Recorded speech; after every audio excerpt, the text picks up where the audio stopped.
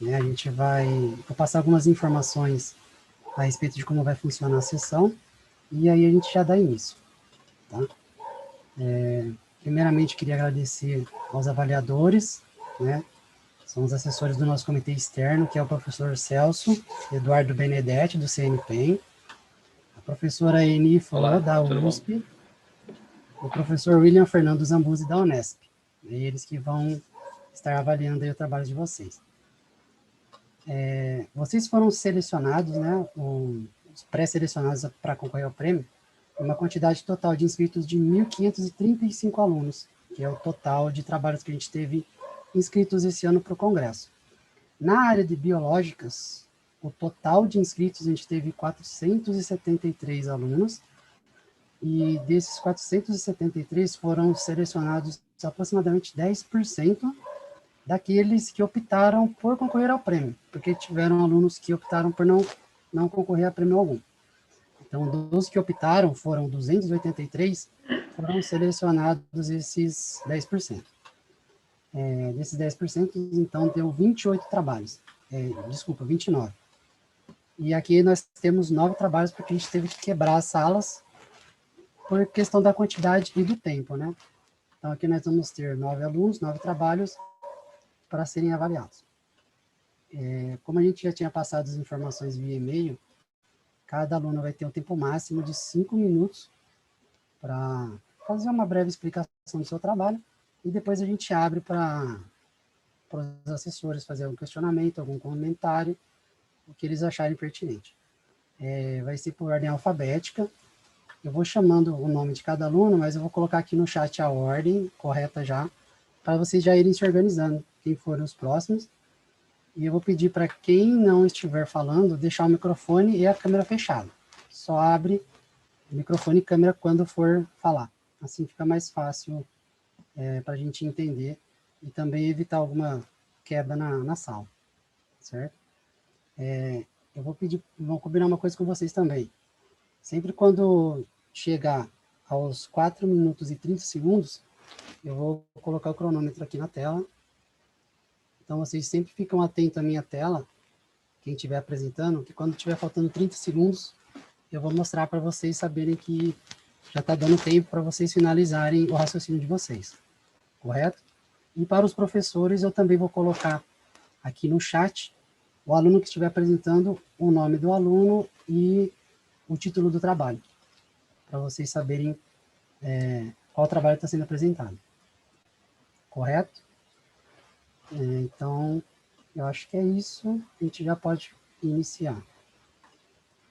Primeiro a apresentar vai ser a Caio, Ana. Oi. Desculpa, o som está muito ruim. Tá ruim? Melhorou? Está dando retorno. Melhorou agora? Melhorou? Melhorou, sim. Tá. Então, como eu estava dizendo, eu vou colocar para os professores o aluno que estiver apresentando e o título do trabalho ao lado no chat também, para vocês saberem qual é o trabalho que está sendo apresentado. Bom, então, eu vou dar início agora. Eu vou chamar, a primeira aluna a apresentar vai ser a Ana Luísa Rodrigues de Oliveira. Ana Luísa, fica à vontade para apresentar. Oi, dá para me ouvir? Sim. Então tá. Olá a todos, boa tarde. Primeiramente, eu gostaria de agradecer pela oportunidade de estar aqui falando com vocês hoje, e eu vou apresentar o meu projeto com o título Avaliação da quinase humana NEC5 na via intrínseca da apoptose após dano de DNA. Então, as NECs, elas constituem uma família de quinases humanas que foram inicialmente relacionadas com o controle do ciclo celular, mas que ao longo dos anos, novas funções foram sendo descobertas. A NEC5 é um membro dessa família e ela já foi relacionada, por exemplo, com a organização dos centrosomos durante a progressão do ciclo. Ela também já foi descrita como um substrato da caspase 3. Também já foi demonstrado que a NEC5 ela está localizada na mitocôndria, que ela interage com a proteína BCLAF1 e que também ela é importante para a parada do ciclo celular na fase G2M da mitose após o dano. Já a BCLAF1, que interage com a NEC5, ela é um repressor transcricional que interage com genes antiapoptóticos da família das BCLs, e também já foi demonstrado que ela possui papel importante no reparo ao DNA, no reparo do dano, né? Então, diante disso, como a NEC5 apresentou resultados interessantes relacionados com função mitocondrial e com apoptose, o intuito do projeto é avaliar a influência da NEC5 nas proteínas da via intrínseca da apoptose, e em seguida avaliar também como que a BCLAF1 e a NEC5 elas se relacionam nesse contexto de apoptose e dano. E para isso, células REC293T, controle e silenciadas para NEC5, foram tratadas com etoposídeo a 150 micromolar por 6 horas, e foi utilizado o DMSO como controle. Em seguida, foi feito o lisado total dessas células, e para avaliar a expressão das proteínas da via de apoptose e da BCLAF também, foi feito o Western blot. Então, de acordo com a análise das bandas, foi possível observar que, com o silenciamento da NEC5, houve um aumento da expressão das proteínas BAX, BCL-XL e procasfase 3, e uma diminuição na expressão de citocromo C. Então, a partir desses dados, é possível inferir que a NEC5 possui um papel antiapoptótico na célula, porque com o silenciamento dela, houve um aumento da expressão de BAX e procaspase 3, que são pró-apoptóticas. Também houve um aumento da expressão de BCL-XL, e ela é antiapoptótica, mas isso pode ser devido a uma possível resposta adaptativa da célula, ou também ao tempo do tratamento que foi utilizado, que ele ainda precisa ser otimizado. Além disso, como o citocromo C ele transloca da mitocôndria para o citosol com o estímulo apoptótico, seria interessante fazer um fracionamento celular para averiguar melhor a expressão dessa proteína em cada compartimento, e assim avaliar melhor o andamento da apoptose em cada situação. No caso da proteína BCLAF1, não teve diferença significativa na expressão dela entre as células tratadas e não tratadas, e silenciadas e não silenciadas. Mas foi possível observar uma tendência para a clivagem dessa proteína nas células silenciadas. Mas mesmo que não teve um resultado significativo na diferença da expressão dessas proteínas, isso não descarta a possibilidade de que a NEC5 possa regular a BCLAF de alguma outra maneira, como através da fosforilação, por exemplo, já que a NEC5 é uma quinase. No caso da caspase 3 clivada, no geral, foi possível observar uma menor expressão dela nas células silenciadas em relação às células controle, isso em condições basais. Já com tratamento, foi possível observar que teve um aumento da expressão da caspase 3 clivada nas células silenciadas, mas que nas células controles isso não foi significativo. E isso também pode ser relacionado ao tratamento que foi utilizado com o etoposídeo, que ele ainda precisa ser otimizado. Então, diante desses dados, diante desses resultados, os dados indicam que a NEC5 ela possa ter um papel pró-sobrevivência na célula, e que os próximos passos para o projeto seria, por exemplo, avaliar como e se a NEC5 ela está regulando a atividade da BCLAF1. E isso pode ser feito através de fracionamento celular, por exemplo, ou também avaliando a expressão dos genes alvos da BCLAF1. Então, é isso. Eu gostaria de agradecer novamente a oportunidade e uma boa tarde a todos.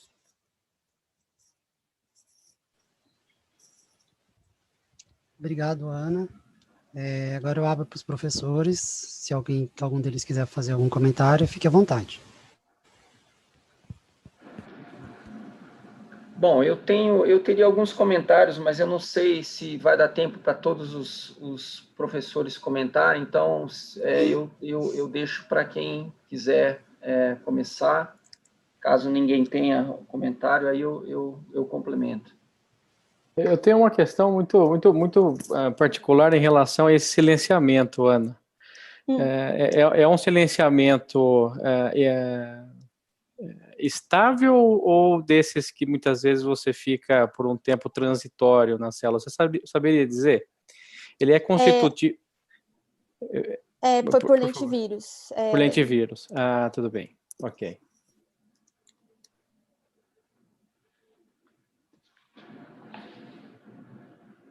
Bom, eu vou comentar rapidinho, então. Bom, Ana Luísa, eu achei a sua apresentação muito boa, ajudou Obrigada. bastante a esclarecer o trabalho, achei que você apresentou super bem, gostei muito do seu trabalho aqui, eu já conheço bastante o trabalho do grupo do IORG, né, que trabalham com essas NECs aí. Duas curiosidades que eu tive aqui ao ler o seu trabalho, que aparentemente essa proteína, ela tem endereçamento para mitocôndria, e também você encontra ela no núcleo, quer dizer, ela participa de eventos, né, associados a funções mitocondriais, nucleares. Aí eu fiquei imaginando se haveria algum tipo de regulação de splicing diferencial que pudesse explicar essa proteína em dois compartimentos bem distintos. E uma segunda coisa que eu acho que seria importante, possivelmente vocês fizeram isso no trabalho, eu achei que nesses blots que você colocou, de fato, faltou um controle para mostrar que esse seu silenciamento que você fez da NEC, ele de fato ocorreu, né? Então, possivelmente vocês já realizaram isso em outros trabalhos, né? Mas considerando que, como o professor William acabou de colocar, né, se for uma expressão, um silenciamento transitório e tal, sempre é bom você colocar o controle que mostra que você efetivamente silenciou e por consequência, aquilo que você está vendo de mudança pode estar associado. Mas, assim, no mais, eu gostei muito do seu trabalho, tá? Parabéns aí. Obrigada. Sobre o splicing, ainda não tem muita coisa ainda. Na verdade, a NEC5 ela é bem pouco estudada.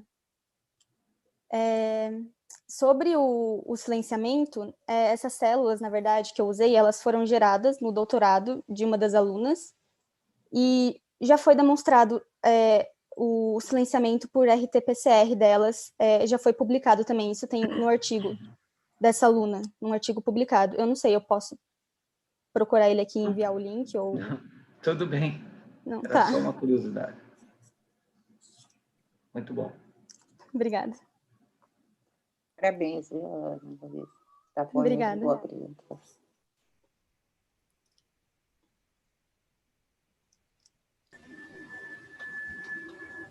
Obrigado, Ana, muito obrigado. Vou passar para a segunda apresentação agora, é a Beatriz Aires Lopes. Fica à vontade, Beatriz. Boa tarde, vocês me escutam? Boa tarde. Boa tarde, vocês estão me ouvindo? Tá um pouco baixo. Está um pouco baixo o seu áudio. E agora? Melhorou um pouquinho. Melhorou um pouquinho.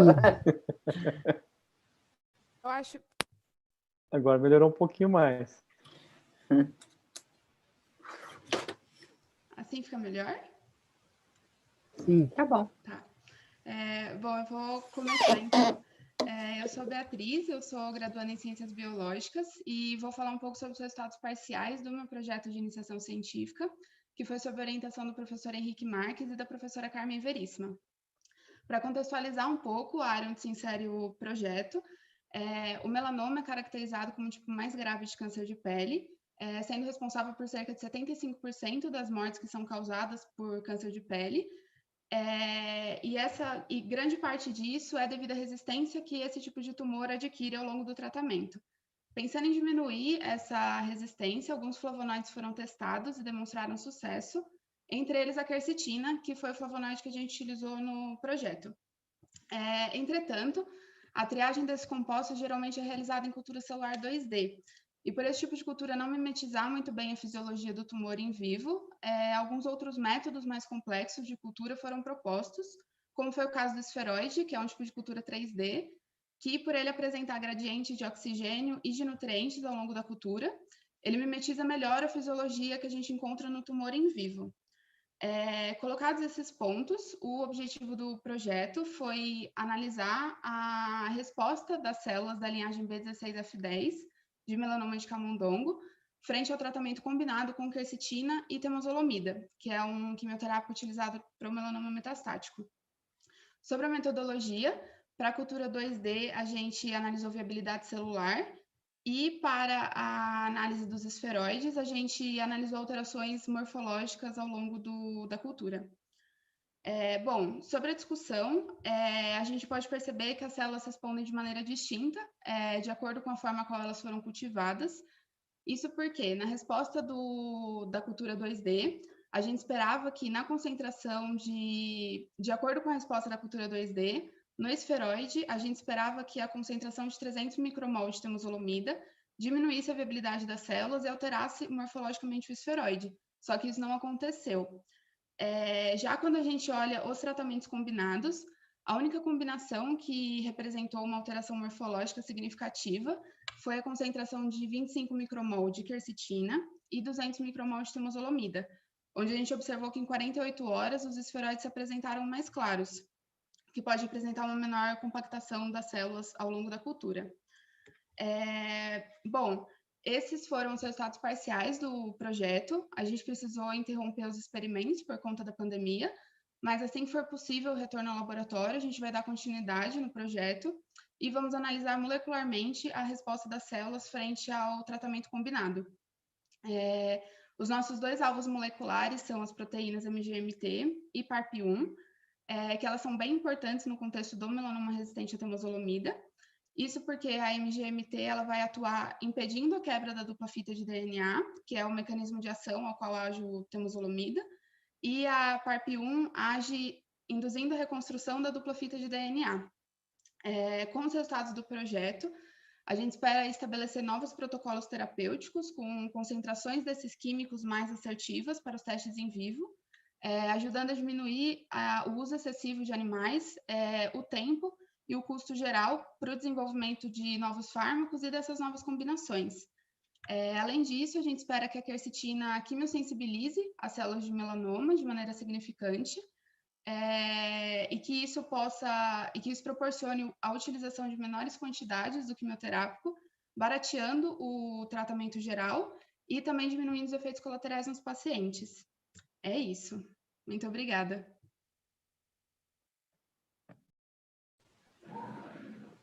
Obrigado, Beatriz.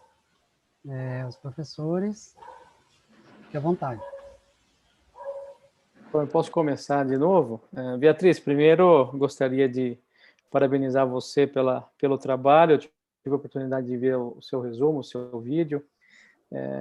De fato, eu acredito muito que toda pesquisa que traz aí uma alternativa ao uso de animais de experimentação, ele tem um caminho muito produtivo, né? Não desmerecendo a atividade de uso de animais de experimentação, mas ao mesmo tempo se tornando e se colocando como uma etapa anterior, né? Que muitas vezes você pode levar isso a teste de animais ou não, né? Então, ou seja, todo o trabalho que traz essa aplicação dos 3 R's realmente, para mim, tem um peso muito grande, né? E você mostra na construção do seu esferoide, em um determinado momento, que você tem ali uma desconstrução dele, inclusive você discute em relação a ele estar um pouco mais opaco, um pouco mais translúcido para aquela metodologia que você usa, né? O que você pensa, Beatriz, em relação é lógico que você tem uma cultura 2D, uma cultura 3D, e você acaba distinguindo isso. O que você pensa dos seus tratamentos em relação à produção de matriz extracelular? Será que não poderia ser uma alternativa também, eventualmente um foco, né, do seu trabalho, olhando também para essa construção de um tecido equivalente, vamos imaginar dessa forma, no seu esferoide? Certo. A gente não pensou em olhar diretamente assim, a matriz extracelular, mas ela tem uma alteração de acordo com a resposta que as células estão tendo ao tratamento. Isso porque, com alguns tratamentos, o esferoide ele fica maior ou ele fica menor, então as células ou elas ficam mais compactas ou, enfim, mais abertas. Então, a gente não pensou em analisar diretamente a matriz extracelular, mas eu acho que pode ser um caminho também analisar as respostas da matriz extracelular. Ótimo, porque eu acredito que você tenha semeado o mesmo número de células, né? E se você tem eventualmente maior ou menor, pode ser que esse tamanho, o diâmetro do seu esferoide pode ser por conta também da produção de matriz, né? Certo. Obrigado. Muito obrigada.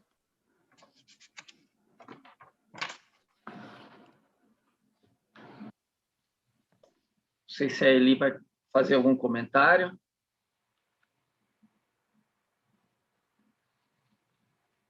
Bom, só queria dizer, então, Beatriz, que eu gostei muito do seu trabalho, achei que você escreveu muito bem, gostei do seu vídeo também, e como o William falou, essa temática, né, de trabalhar com esferoides, organoides, tem muitos grupos trabalhando com isso, não só tentando melhorar a parte, né, da cultura desses esferoides, mas tem muita gente trabalhando com a parte da microfluídica também, dos sistemas, né? Então, é uma área que realmente tem muito a contribuir. Uma curiosidade, eu não sei se você chegou a fazer um trabalho, quer dizer, qual que era o diâmetro desses esferoides, o quanto que você consegue crescer e como isso acabou, se você viu algum efeito, quer dizer, né, se o tamanho acaba influenciando, né, no tratamento, em função né, da maneira como que as drogas conseguem penetrar no material. Certo. A gente não conseguiu, assim, a gente não chegou a medir o diâmetro dos esferoides, enfim, os tamanhos mesmo precisaria de um microscópio 3D, e a gente não chegou a fazer isso. Mas, enfim, como eu citei assim no final, a gente vai ter que dar continuidade a esse projeto. E aí, porque a gente teve que parar ele no meio por conta assim da pandemia, então acabou ficando muita coisa perdida no meio do caminho. Mas a gente vai dar continuidade e aí a gente vai conseguir analisar os diâmetros, tudo bonitinho dos esferoides. Ok. Boa sorte, então. Obrigada. Obrigada, Beatriz. Obrigada. Dando andamento aqui, o próximo a apresentar é o João Vitor Montagnana Diniz. João, a palavra é sua. Oi, gente, boa tarde. Vocês estão me escutando? Boa tarde, sim. Legal, então. Vou ligar a câmera aqui. Estão me vendo também? Perfeito. Legal. Ótimo. Bom, então, boa tarde a todos. Meu nome é João e agora eu vou apresentar meu projeto que se chama Como a redução da cobertura das matas ciliares após um incêndio extremo afeta a epidemiologia local em regiões de cerrado. O meu projeto, ele relaciona dois temas que são bastante frequentes ultimamente, que são a ocorrência de incêndios nos biomas brasileiros e o desmatamento do cerrado, que está cada vez mais crescente em relação principalmente à expansão agrícola nos últimos tempos. Falando um pouco mais específico sobre o cerrado é um bioma que tem uma importância fundamental em relação à segurança hídrica do Brasil, principalmente porque é no cerrado que se localizam as principais nascentes que formam as bacias hidrográficas, as grandes bacias hidrográficas, tanto brasileiras quanto sul-americanas, como a de São Francisco, a do Paraná, a do Tocantins e várias outras. Então, o meu projeto, ele basicamente vai tentar relacionar. A ocorrência dos incêndios vai gerar uma perda de vegetação da paisagem. E, por conta dessa perda de vegetação, isso vai acarretar em alterações na ecodrologia do cerrado. Então, trazendo um estudo de caso para o meu projeto, no Parque Nacional de Chapada dos Veadeiros, que foi onde foi o meu local de estudo, tem um rio que em 2017 chamava Rio Estiva. Esse rio ele tinha um leito bem definido e tinha uma vazão bastante constante, bem típicas de rios normais. Só que em 2017 teve um incêndio bem grande na Chapada dos Veadeiros, que desmatou cerca de 25% da área total. E esse incêndio ele foi tão significativo que ele chegou a atingir vegetações que historicamente não são queimáveis. Por exemplo, as matas ciliares, que são aquelas matas que ocorrem perto dos cursos hídricos. Por conta disso, atualmente, se a gente for visitar o Rio Estiva, a gente vai ver que ele sofreu muitas alterações. Esse rio ele não tem mais o leito dele presente, ele parece uma fitofisionomia de campo úmido, ele está totalmente alagado, e a vegetação lenhosa que era presente naquela região, hoje está totalmente colonizada por vegetação herbárea e alguns regenerantes de buritis, que são uma espécie bem típica de outra fitofisionomia do cerrado, que são as veredas. Então, olhando essa cena, minha equipe lá no cerrado, a gente olhou e construiu uma hipótese para o meu projeto. E a hipótese, ela pensa o quê? Essa hipótese, ela pensa que a vegetação, por transpirar, funcionaria como canos que retiram a água do solo e mandam para a atmosfera. Por conta disso, a gente pensou que por conta de um evento externo, por exemplo, um incêndio, isso acarretaria uma perda de vegetação. Por conta dessa perda de vegetação, a água que teoricamente sairia do solo e iria para a atmosfera ficaria retida, e com isso aumentaria o nível freático e, consequentemente, a saturação do solo. Para isso, para testar essa hipótese, a gente elaborou um modelo hidrológico, que levava em consideração que tudo que entrava no sistema era oriundo de precipitação e tudo que saía era oriundo da evapotranspiração, pensando que a gente estava analisando uma região plana, então a gente desconsiderou os fluxos laterais de água subterrânea.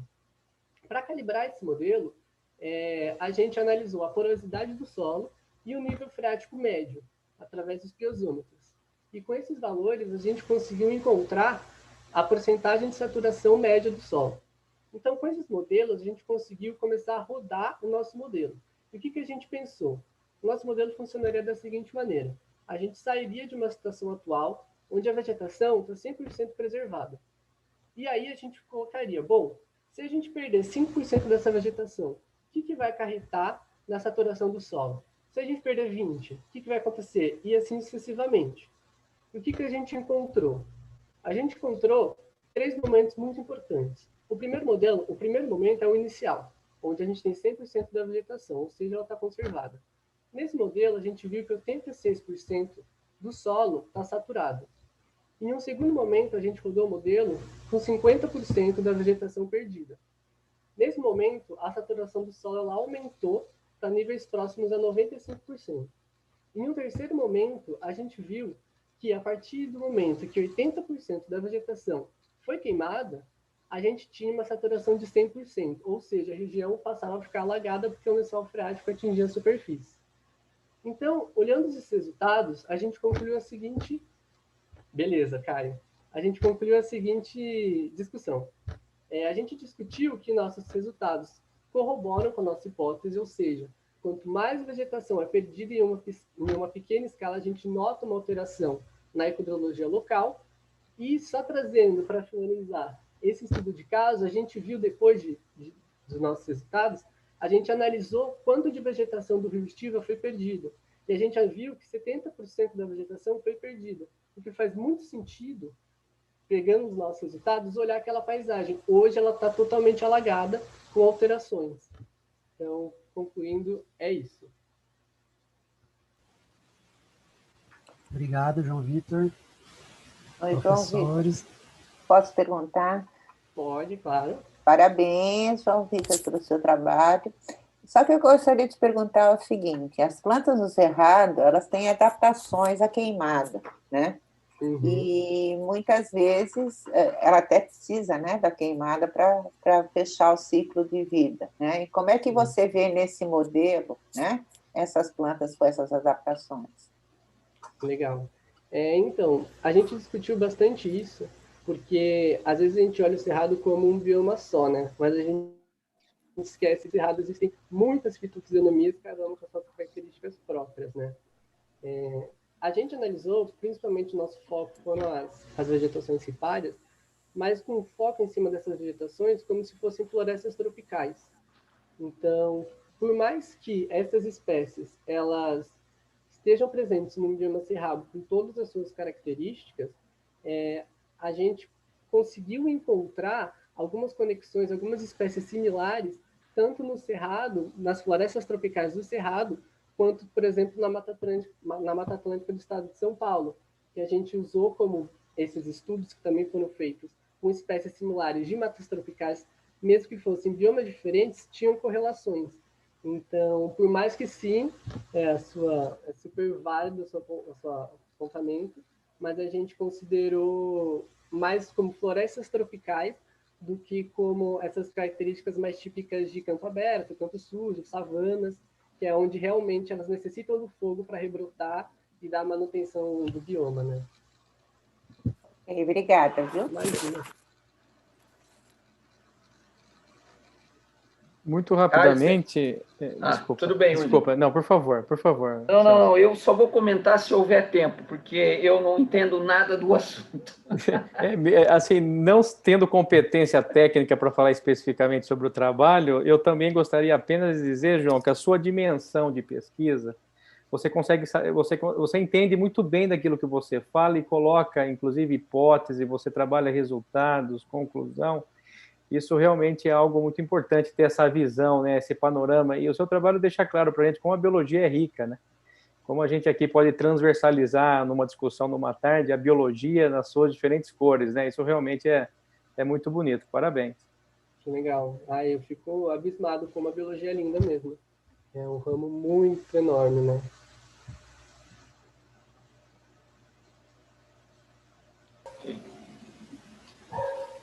Professor Celso, quer comentar? Se houver tempo, era só uma curiosidade, porque eu achei muito bacana o trabalho, achei que o João, ele escreveu muito bem aqui, também gostei do vídeo, e era uma curiosidade que, assim, esse modelo, é óbvio, né, você vai analisar um bioma, um ecossistema, uma coisa de fluxo da água e tal, é um negócio muito complexo, e eu entendi que você tentou incorporar nesse seu modelo matemático, né, você tem vários parâmetros ali que você mede ou tenta estimar para você fazer as previsões. Mas ele, como sendo um sistema muito complexo e muito cheio de variáveis, eu queria perguntar se onde que você acha que você pode melhorar esse seu modelo ou na questão da previsão, porque eu até entendi a lógica do racional aí, a previsão do modelo, mas fiquei imaginando também que esse fenômeno se você remove a vegetação, assim, me pareceu meio contraintuitivo. O resultado seria que ia secar o solo também, porque dependendo do tipo de vegetação que tem lá, é o sistema radicular que traz a água do subsolo para a superfície. Então, eu estou imaginando que no caso do Pantanal é uma situação peculiar, porque o lençol freático ele está meio que já aflorado, né? E então eu não sei se esse seu modelo, se vocês chegaram a tentar aplicar isso para um outro tipo de bioma e ver se essa correlação se mantém. Tá. Adorei sua pergunta porque ela é muito importante.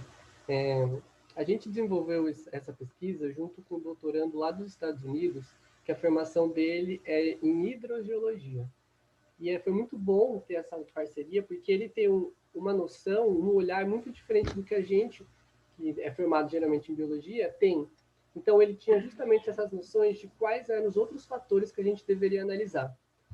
O nosso projeto, ele teve que parar mais ou menos no meio, porque a gente estava instalando esses dados para ter todas essas informações locais, os dados de fluxo de seiva, os dados de ter informações sobre um gradiente de altitude, para conseguir inserir um fator que é primordial na nossa análise, que a gente excluiu porque a gente considerou exclusivamente áreas planas de vale, mas teoricamente, para deixar cada vez mais completo e confiável o modelo, a gente tem que inserir outros parâmetros, por exemplo, o fluxo lateral de água subterrânea, que quando a gente considera colunas dentro desse modelo, uma coluna é mais outra. Então, por mais que a região seja plana, esse movimento de água subterrânea tem que ser considerado e que não foi possível porque a gente não pôde mais ir para o parque instalar por causa da pandemia.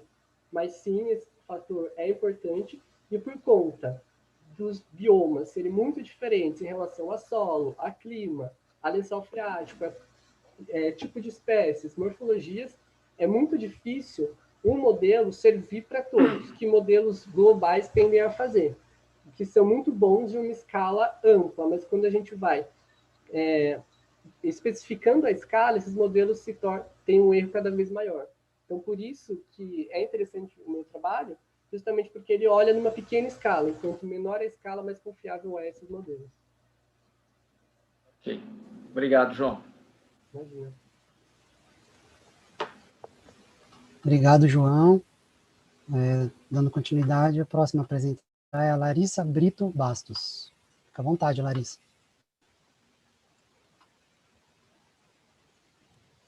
Boa tarde.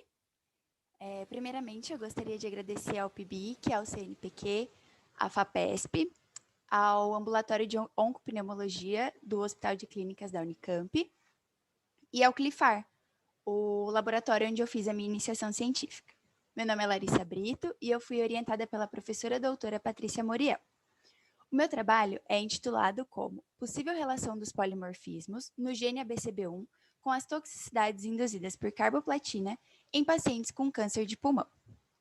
O fumo é a principal causa de câncer de pulmão, seguido por histórico familiar. Quando não há possibilidade de cirurgia, o tratamento indicado é a associação de um derivado de platina, que nesse caso foi a carboplatina, e um etoposídeo. Porém, os derivados de platina, eles possuem um uso limitado devido às reações adversas. O transportador ABC é a maior família de proteínas transmembranas, dando destaque ao ABCB1, também estudado nesse projeto. Acredita-se que indivíduos com polimorfismos nos genes da ABCB1 teriam maior predisposição ao desenvolvimento de toxicidades induzidas pelos derivados da platina. Esse estudo ele foi realizado no Hospital de Clínicas da Unicamp e o contato com os pacientes foi realizado no ambulatório de pneumologia clínica, tendo sido aprovado pelo Comitê de Ética, assim como seu respectivo TCLE. Foram incluídos, então, 38 pacientes e analisados 21 parâmetros de toxicidade. Para os parâmetros hematológicos, apenas linfócito não sofreu redução significativa. Para os parâmetros hepáticos, apenas 5 estavam alterados, porém sem relevância clínica. Já para os parâmetros renais, alguns tiveram alteração estatisticamente significativa, como hipocalemia e hiponatremia. A náusea, ela esteve presente em 29% dos nossos pacientes, seguida por diarreia, com 21%, e vômito, em 8%. Devido à pandemia de Covid-19, não foi possível realizar o PCR real-time para amplificar os genes do ABCB1 no momento da submissão do meu relatório final e do resumo para esse congresso. A ideia é que nós continuemos isso quando for possível, para que possamos relacionar, né, os polimorfismos do gene ABCB1 com as toxicidades induzidas pela carboplatina. Por outro lado, como o meu projeto ele faz parte de um projeto maior, foi possível realizar um PCR real-time para amplificação dos genes GSTM1 e GSTT1 de 19 pacientes antes do fechamento da Unicamp. E por isso nós resolvemos correlacionar com os nossos pacientes, uma vez que nós tínhamos esses dados disponíveis.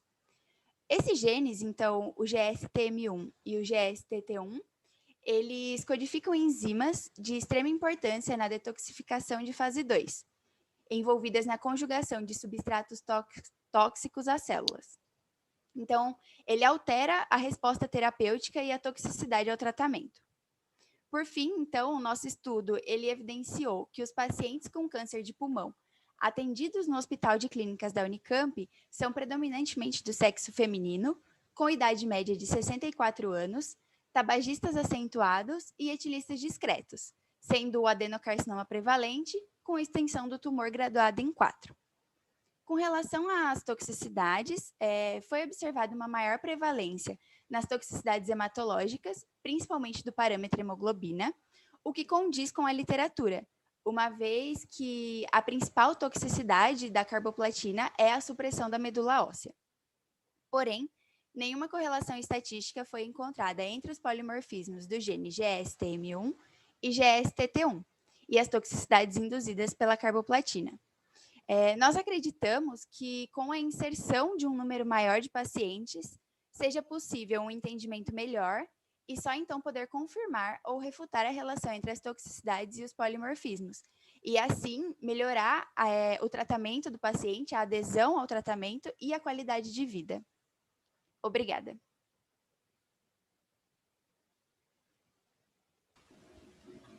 Obrigada, Larissa. Professores, fiquem à vontade. Bom, deixa eu começar dessa vez aqui, então. Bom, Larissa, é muito bacana esse seu trabalho, né? Tem uma relevância clínica importante aí. A gente sabe que, né, esse tipo de tumor aí é um dos mais prevalentes, né? Particularmente para essa parcela da população, né? Que fumantes e tudo mais. Uma curiosidade que eu tive sobre o teu trabalho aqui eu não entendi essa sua premissa, né, de você analisar o polimorfismo no transportador, e isso está associado com um aspecto negativo no tratamento. Mas quando você fala em polimorfismo, quer dizer, esse polimorfismo ele pode tanto melhorar a atividade do transportador ou piorar a atividade de um transportador. Então, não deu para entender exatamente no seu trabalho se você já está procurando algum polimorfismo que já foi caracterizado e para o qual já se sabe qual que é o efeito, se ele é positivo para o transporte ou não. Então, como o foco do meu trabalho inicialmente era o ABCB1, esse transportador ele é responsável pelo efluxo da célula. Então, por isso que nós pensamos em focar nele, para ver se a célula, esse polimorfismo ia reter mais o medicamento, a carboplatina, ou ele ia sair mais rápido da célula. Por isso que nós resolvemos fazer com ele. Só que, devido à pandemia, a gente não conseguiu genotipar todos os pacientes, né? Então, a gente ainda não consegue ter uma ideia do que aconteceu ali. A gente precisaria de um pouco mais de tempo para poder dar uma resposta com mais certeza. Bom, espero que ano que vem dê tudo certo aí. Parabéns aí. Obrigada. Obrigado. Parabéns, né? Para a gente ver como a importância da amostragem dentro de um estudo, né? Que para ele poder ser conclusivo, né? Eu acho que a aprendizagem, né? De que a amostragem realmente é importante para você tirar qualquer conclusão, né? Mas parabéns. Obrigada. E essa proposição de amostragem, acredito que ela tenha um apelo fundamental quando você fala em polimorfismo, né? Sim. Larissa, né? Isso. Porque assim, é importante, né, que você, inclusive você fala, se eu não me engano, né, quando você fala em polimorfismo, você acaba entrando dentro das SNPs, dentro de 1% da população, né? Isso. A nossa ideia era conseguir um N maior, né? Com o N de 38, a gente ainda não consegue ter tanta certeza, assim, do que realmente está acontecendo. Por isso que a nossa ideia era, sim, conseguir um número amostral bem maior. Mas que também, por enquanto, está complicado. Certo. Parabéns pelo trabalho. Muito bonito. Obrigada. Muito obrigado, Larissa. Obrigada. A próxima a apresentar é a Letícia Magpari Moura Estevam. Fica à vontade, Letícia. Obrigada. Vocês estão me ouvindo bem? Sim. Ótimo. Bom, boa tarde. Muito obrigada por essa oportunidade incrível de estar mostrando meu trabalho aqui. Eu sou Letícia, sou estudante de Ciências Biológicas na Unicamp e hoje eu vou apresentar o trabalho de iniciação científica que eu realizei no Laboratório de Genômica Evolutiva, com o título Evolução Molecular em Genes Auditivos, diferentes caminhos evolutivos para a ecolocalização em golfinhos marinhos e de rio. Esse trabalho foi orientado pela professora Mariana Neri e contou com a participação de várias pessoas do nosso laboratório que eu gostaria de mencionar e agradecer aqui. Elisa Ramos, Érica Souza, Lucas Freitas e Flávio Fernandes, muito obrigada. Bom, eu gostaria de abrir dizendo que a importância dos trabalhos com genética de cetáceos, que são as baleias e os golfinhos, vai muito além de conhecer as funções biológicas associadas a esses genes. Esses estudos também são essenciais para compreender a função, a evolução e promover a conservação desses animais e dos seus hábitats. A evolução das baleias e dos golfinhos, em particular, é um processo ímpar, porque esses animais descendem de ancestrais terrestres que, ao longo de milhões de anos, fizeram uma transição completa para o ambiente aquático e neles se diversificaram nas cerca de 89 espécies que existem hoje. Esses processos foram acompanhados por uma série de adaptações morfológicas, fisiológicas, comportamentais e culturais, sendo uma das principais a ecolocalização, um sistema sensorial acústico presente nos golfinhos que permite que eles se localizem no ambiente e percebam características dos objetos através de emissão e recepção de sons de alta frequência, sendo assim muito usado nas suas estratégias de caça. Ao longo da sua diversificação, os golfinhos colonizaram ambientes muito variados, por exemplo, rios, estuários, águas oceânicas, águas polares e águas profundas. Esses ambientes possuem diferenças físicas, químicas e espaciais que afetam a propagação do som debaixo d'água. E estudos recentes mostraram que os golfinhos de rio, costeiros e marinhos possuem diferenças tanto no formato de estruturas ósseas do sistema auditivo, quanto em características acústicas dos seus sonares, sugerindo, então, que as variações ambientais podem ter criado pressões seletivas diferentes sobre as linhagens de golfinhos que colonizaram cada ambiente, resultando na evolução de sistemas de ecolocalização distintos.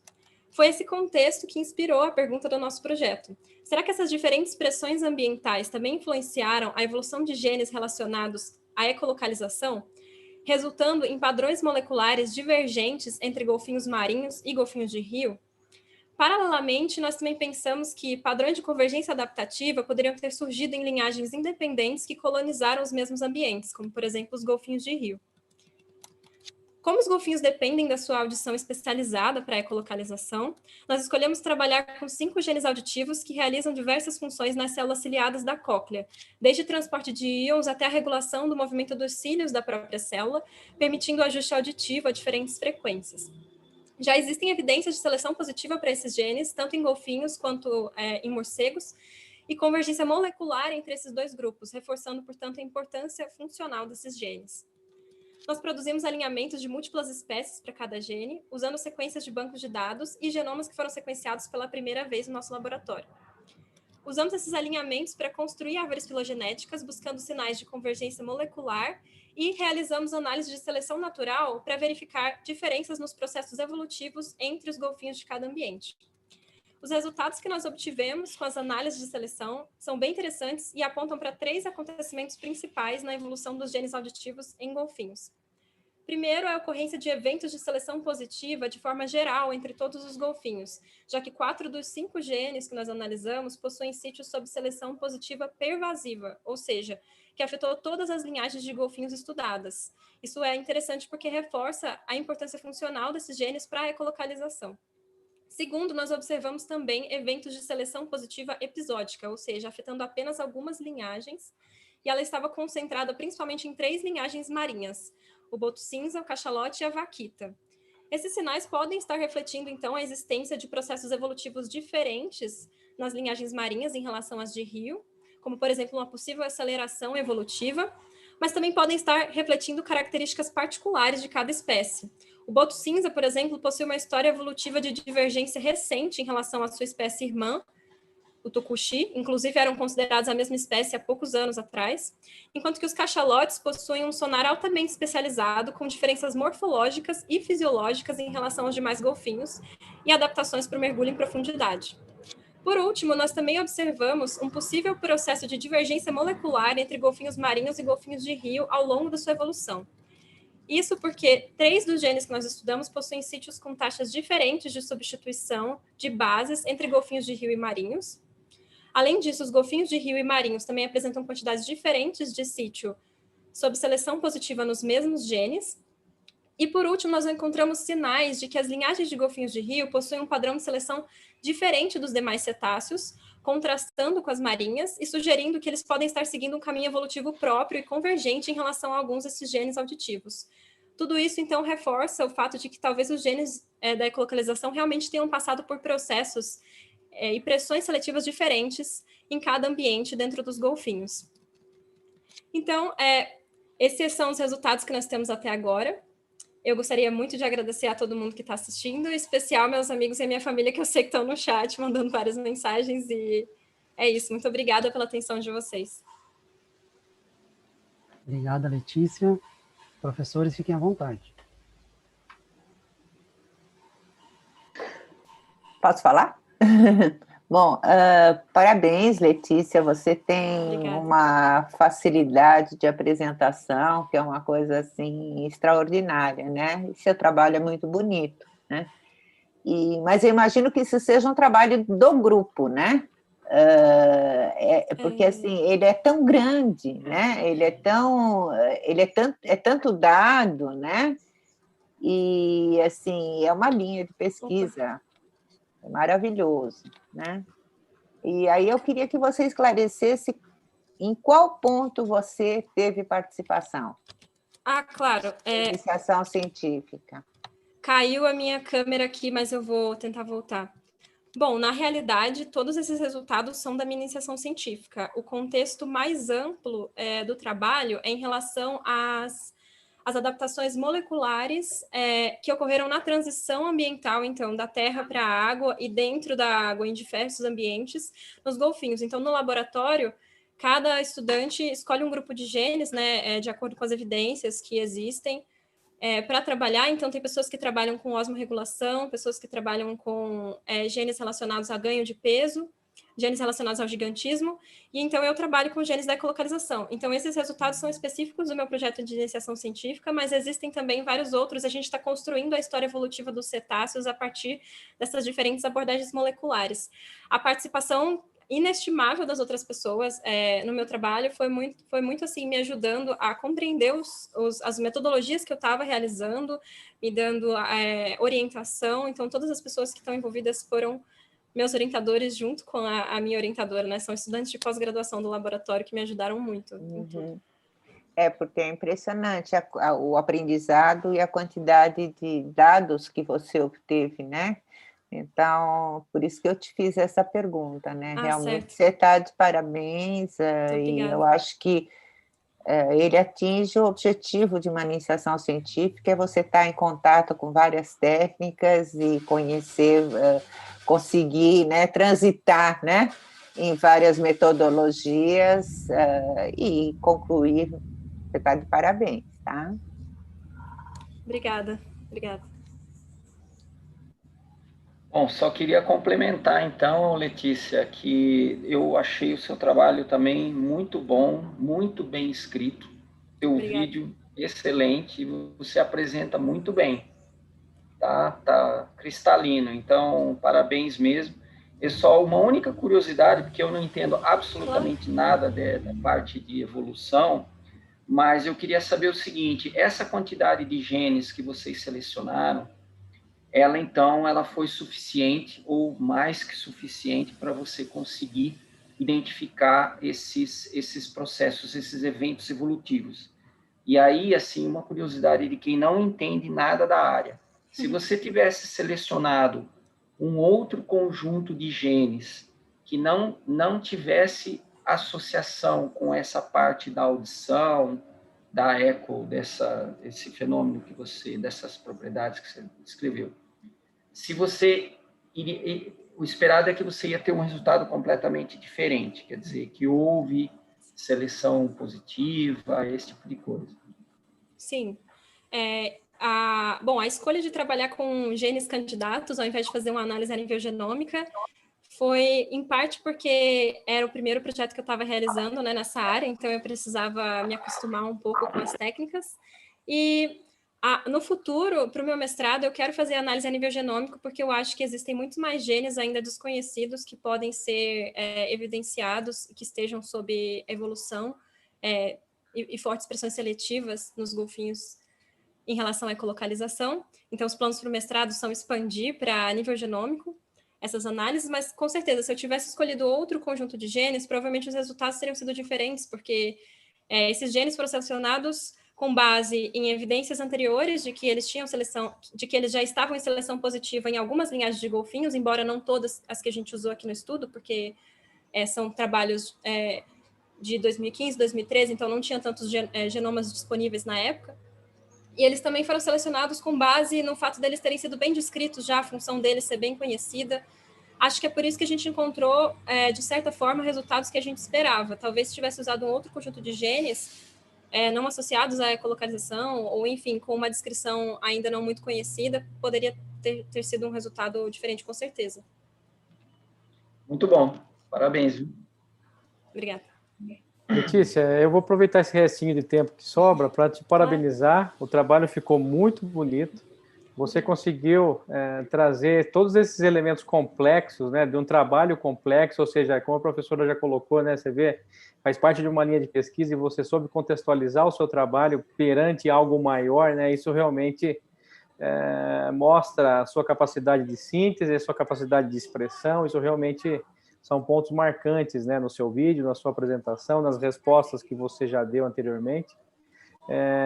E eu vejo muito na sua fala e no seu entusiasmo, Letícia, a importância que a iniciação científica faz num aluno de graduação, né? Isso realmente é algo que a gente precisa distinguir. né, porque é uma oportunidade de fato fazer essa distinção, né, um programa aí do PIBIC que sofreu vários ataques, né, há um tempinho, quando foi lançado em alguns segmentos, né, mas a importância que o CNPq e o PIBIC têm na formação dos nossos alunos passa na sua fala, passa na sua formação, passa nesse entusiasmo e nesse sentido provocativo, né, onde você se provoca, inclusive a dar esse passo para a pós-graduação e se sentir capaz de realizar, né, essa inquietude, de fato, isso faz parte desse processo. Parabéns para você, parabéns pelo seu trabalho e pela equipe que te ajudou e que você demonstra essa aliança com eles, né? Isso realmente é bastante importante. Muito obrigada. Realmente não tem como agradecer o suficiente a oportunidade de realizar a pesquisa já na graduação. É incrível mesmo. Muito obrigado, Letícia. Eu posso me apresentar. Eu só queria dar um recado antes. Aqueles alunos que já apresentaram, que já exporam o trabalho, se quiserem sair da sala, podem sair. A gente só pede para continuar na sala aqueles que ainda não apresentaram. Quem tiver compromisso e precisar sair, pode sair. Agora quem vai apresentar é o Luan Martins Correia. Luan, fica à vontade. Olá, vocês conseguem me ouvir? Sim. Boa tarde. Gostaria de começar agradecendo a oportunidade de expor meu trabalho, agradecendo ao CNPq, ao meu orientador Davi Lapola e aos integrantes do meu laboratório LabTerra. Eu sou aluno da Matemática Aplicada e Computacional da Unicamp, do Instituto de Matemática, Estatística e Computação Científica, IMEC. O título do meu projeto é Impactos do aumento do CO2 atmosférico na simulação de carbono em subbosque na Amazônia Central, uma análise de integração, modelagem e experimento. Bom, como vocês sabem, o CO2 é um dos maiores responsáveis pelo aquecimento global, mas também ele é a principal matéria-prima do processo de assimilação do carbono realizado pelas plantas, ou seja, da fotossíntese. Sendo assim, existe um projeto chamado Amazon Face, que contém participação de diversos pesquisadores do Brasil e do mundo, que tem como objetivo investigar esses efeitos do aumento do CO2 na floresta amazônica. Para isso, eles usam câmeras de topo aberto, no qual eles fazem enriquecimento por carbono, ou seja, aumentando a concentração de carbono dessa câmara artificialmente. Bom, sendo assim, o objetivo do meu projeto foi prever quais serão os efeitos desse aumento do CO2 atmosférico nos processos de fotossíntese e condução sintomática das plantas da floresta amazônica. Bom, para prever isso, eu me utilizei da modelagem matemática, ou seja, de equações já definidas para os processos de fotossíntese e condutância. E eu utilizei os dados meteorológicos reais obtidos do projeto do Amazon Face. Esses dados não são ainda das câmeras de topo aberto do projeto, são de torres de controle, que estão localizadas a 3,3 metros de altura e a 35 metros de altura na floresta, ou seja, no subbosque e no dossel da floresta. Os dados de entrada que eu utilizei nessas equações foram a incidência de luz, a concentração de carbono, a temperatura, a umidade relativa, a concentração de água e a pressão. E eles foram dados de 30 em 30 minutos desde o dia 9/10 de 2015. Bom, então, eu tenho essas equações para calcular a taxa fotossintética e a taxa de condução sintomática, e eu inseri esses dados que eu obtive do sítio experimental do Amazon Face nessas equações, e eu obtive uma taxa fotossintética com carbono ambiente, e depois eu aumentei esse carbono ambiente em 200 ppm e obtive uma nova taxa fotossintética, assim podendo comparar qual seria o aumento na taxa fotossintética e na taxa de condução sintomática que esse aumento do carbono, do dióxido de carbono, ocasionaria. Os resultados que eu obtive foram, portanto, um aumento de 10,5% nas taxas fotossintéticas do subbosque, ou seja, a 3,3 metros de altura, e um aumento de 17,5% nas taxas fotossintéticas do dossel, a 35 metros de altura. Sendo assim, foi possível ver que o aumento no dossel foi muito maior. Então, foi possível ver quão importante é o nível de incidência de luz para o processo de fotossíntese, já que no dossel a incidência de luz é muito maior. Nas taxas de condução sintomática, eu obtive uma diminuição de 20% após o enriquecimento por carbono, ou seja, após eu aumentar essa concentração de carbono. E essa diminuição na condutância poderia ocasionar uma redução no fluxo de umidade para a atmosfera, o que reduziria as chuvas regionais e, portanto, poderia prejudicar também as florestas. Além disso, eu computei a variação sazonal nas taxas fotossintéticas por mês, e eu consegui perceber que não tem muita diferença assim no valor mensal de médio assim das taxas fotossintéticas, o que é esperado num clima que não muda muito ao longo do ano, como o da Amazônia. Bom, os resultados que eu obtive são basicamente esses, e no futuro eu vou conseguir comparar essas previsões que eu fiz com os dados reais que vão ser obtidos nas câmeras de topo aberto do projeto do Amazon Face. E ver se as minhas equações são fidedignas, estão dentro do esperado. Acho que é basicamente isso. Obrigado, Luan. Professores, à vontade. Então, Bom, eu até ia passar a vez aqui, porque, assim, é uma área que realmente eu tenho pouca experiência, mas, assim, eu fiquei muito curioso, Luan, porque, assim, na verdade, eu não entendi bem, quer dizer, no teu trabalho, eu entendi que você teve uma etapa experimental, que foi utilizar essas câmeras de topo aberto, que eu não faço a menor ideia do que elas fazem, e entendi que você alterou as concentrações de gás carbônico nessas câmeras, mas que depois você usou o modelo matemático para inferir o que aconteceu com a taxa de fotossíntese. Aí eu não sei se eu entendi realmente, foi isso? Não, na verdade não. Eu não tive contato com essas câmeras de topo aberto, elas estão localizadas na Amazônia, e elas ainda nem trouxeram resultados, nem tem os dados sobre elas ainda. O que eu tive em relação à Amazônia foram os dados das torres de controle, que tem lá, 3,3 metros a 35 metros, os dados de incidência de luz, de concentração de carbono, de temperatura e de concentração de água. E com isso eu utilizei esses dados das minhas equações, mas o meu trabalho em si foi só com a parte matemática e com a parte das equações e computacional. Eu não E aí, tive o contato direto. Uma curiosidade, quer dizer, se você aumenta, eu entendi isso, se você aumenta a concentração de CO2 na atmosfera e você tem luz esperado, né, e os teus cálculos, isso vai aumentar a taxa da fotossíntese, né? Você tem água lá, tem todos os ingredientes, aumentou vamos dizer assim, o substrato, né, um deles da fotossíntese, você tem aumento na taxa. Agora, se você considerar metabolismo das plantas, se ela é uma planta C3 ou uma C4, isso vocês não chegaram a trabalhar, né? Esse modelo, na verdade, ele considera apenas plantas C3, então esse resultado é para planta C3. Ok. Era só isso. Obrigado. Bom trabalho. Obrigado. Posso fazer uma perguntinha? Parabéns pelo teu trabalho, mas eu queria te perguntar uma coisa. Você, na realidade, você não atingiu o ponto de compensação fótica, né? Você sabe o que é isso em termos de fotossíntese? Porque na fotossíntese você tem a luz, né, o gás carbônico, né, interferindo, como você viu, né?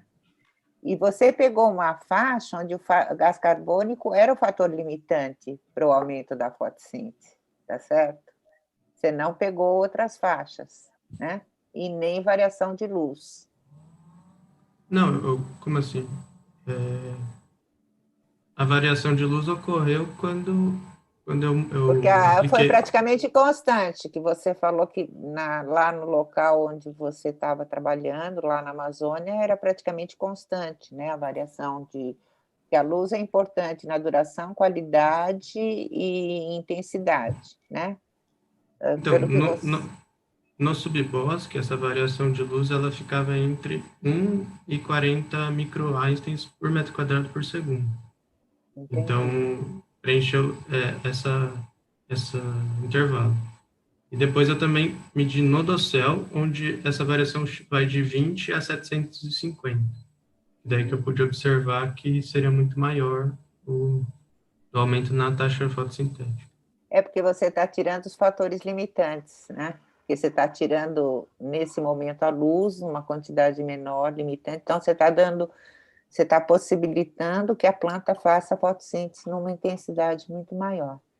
Mas eu acho que na hora que você tiver os resultados, né, aqueles resultados com as câmeras, né, aí você vai poder fazer uma correlação mais, né, mas parabéns. Vou Obrigada. conseguir comparar e testar essas equações. Obrigada. Obrigado. Luan, e você considera essa última etapa que você propõe aí do futuro no futuro, né, como uma validação desse demonstrativo matemático que você criou, é isso? Seria uma forma de testar se está acurado, né? Se as minhas equações descrevem bem aquilo ou não. Né? Parabéns, é um trabalho bonito, você vê que tem uma translação interessante, né, da matemática com a biologia, isso realmente é fantástico. Na verdade, de biologia eu tenho pouco, assim, eu vim mais da matemática. Parabéns. Mas foi bem legal poder produzir esse trabalho. Obrigado. Obrigado, Luan. Dando continuidade aqui, o próximo é o Matheus Pena Passos. Matheus, à vontade. Me veem, me ouvem bem? Sim. Parece que está dando um pouquinho de retorno. Mas... Então, eu vou começar. Boa tarde, eu sou licenciando em Ciências Biológicas e eu vou apresentar o trabalho intitulado Caracterização Anatômica da Orquídea Micoheterotrófica Busflagellea Aphylla, família Orquidaceae, subfamília Epidendroide. Então, eu gostaria, em primeiro lugar, de agradecer à comissão avaliadora por ter pré-selecionado esse trabalho. Isso é um reconhecimento não só para o que a gente desenvolveu, mas também para a importância da flora e da funga brasileiras, que são muito ameaçadas, principalmente pela perda de hábitat. E agradeço especialmente a minha orientadora, a professora Juliana Maia. Contextualizando, então, a pesquisa, todas as espécies de orquídeas dependem de fungos micorrízicos durante a germinação das suas sementes, para que sejam obtidos nutrientes como fonte de carbono e de nitrogênio.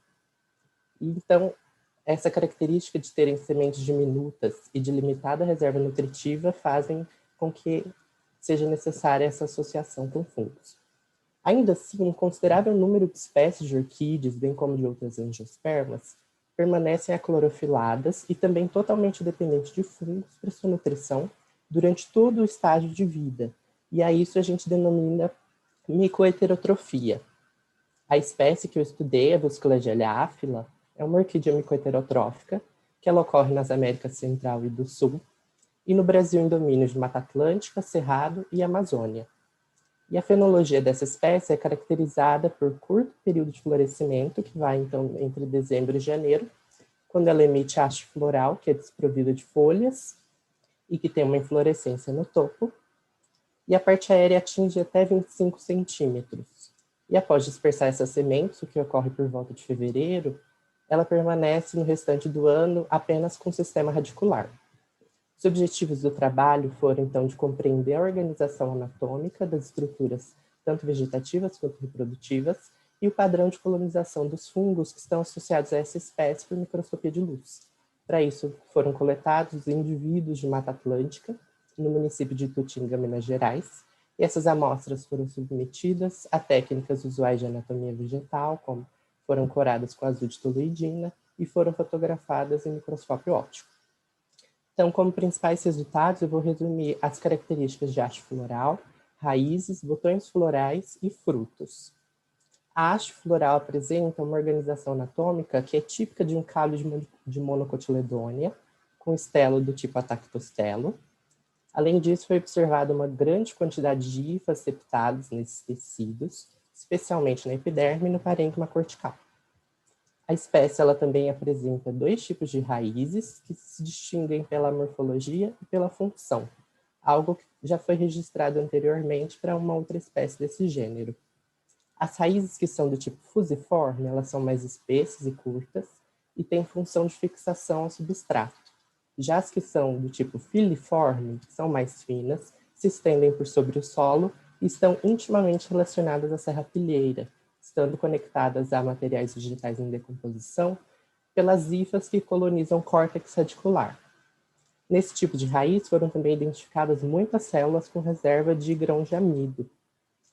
Em relação à anatomia reprodutiva, identificamos uma morfologia floral típica de orquidácea, com uma coluna em que se localizam estigmas políneas, e essas políneas em corte transversal mostraram grãos de pólen já formados, cada um com uma célula generativa e uma célula vegetativa. O gineceu dessa planta é tricarpelar e o ovário é composto de 3 válvulas férteis e 3 válvulas estéreis.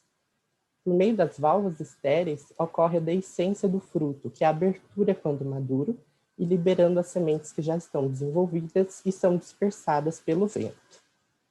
Esses resultados permitem ampliar as pesquisas com essa espécie micoheterotrófica e há perspectivas de continuidade com o projeto que já foi aprovado pelo PIB, que já está em andamento, para a identificação dos fungos associados a essa espécie, além de futuras perspectivas de pesquisa de mestrado. Então, eu queria agradecer ao CNPq e à Pró-Reitoria de Pesquisa pelo fomento ao trabalho, e eu convido também a quem estiver interessado a olhar as imagens e ler o resumo da pesquisa que estão na plataforma do evento. Muito obrigada.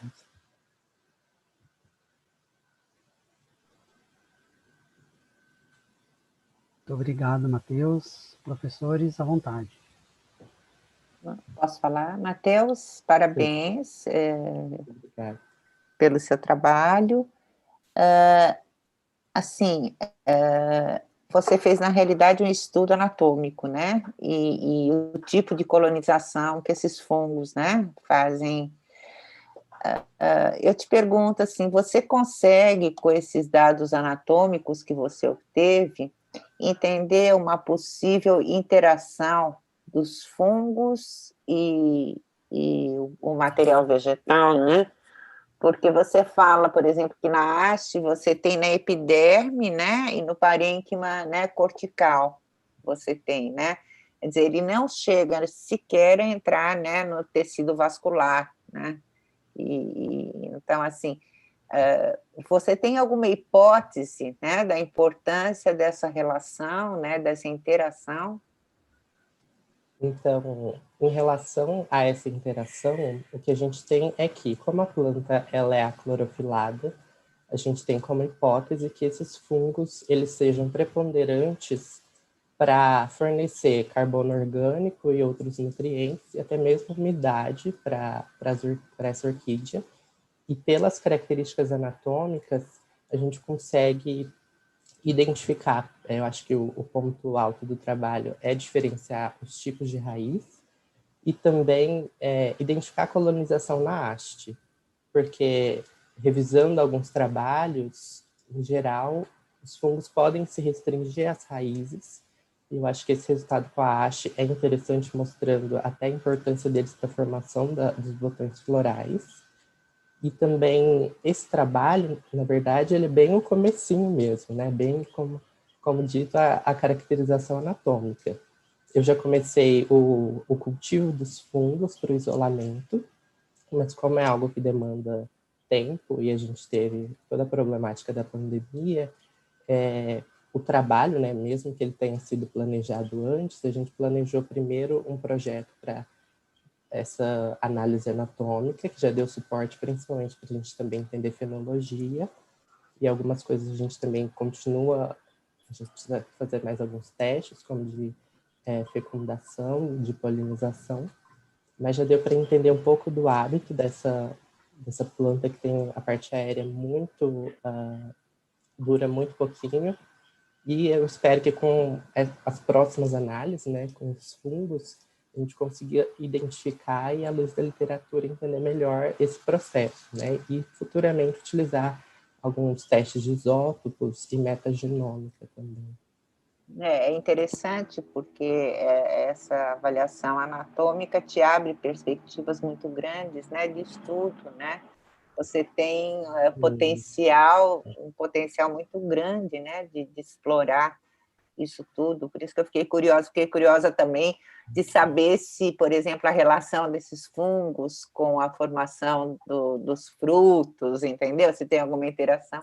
Mas eu acho que com o tempo você vai conseguir me responder isso.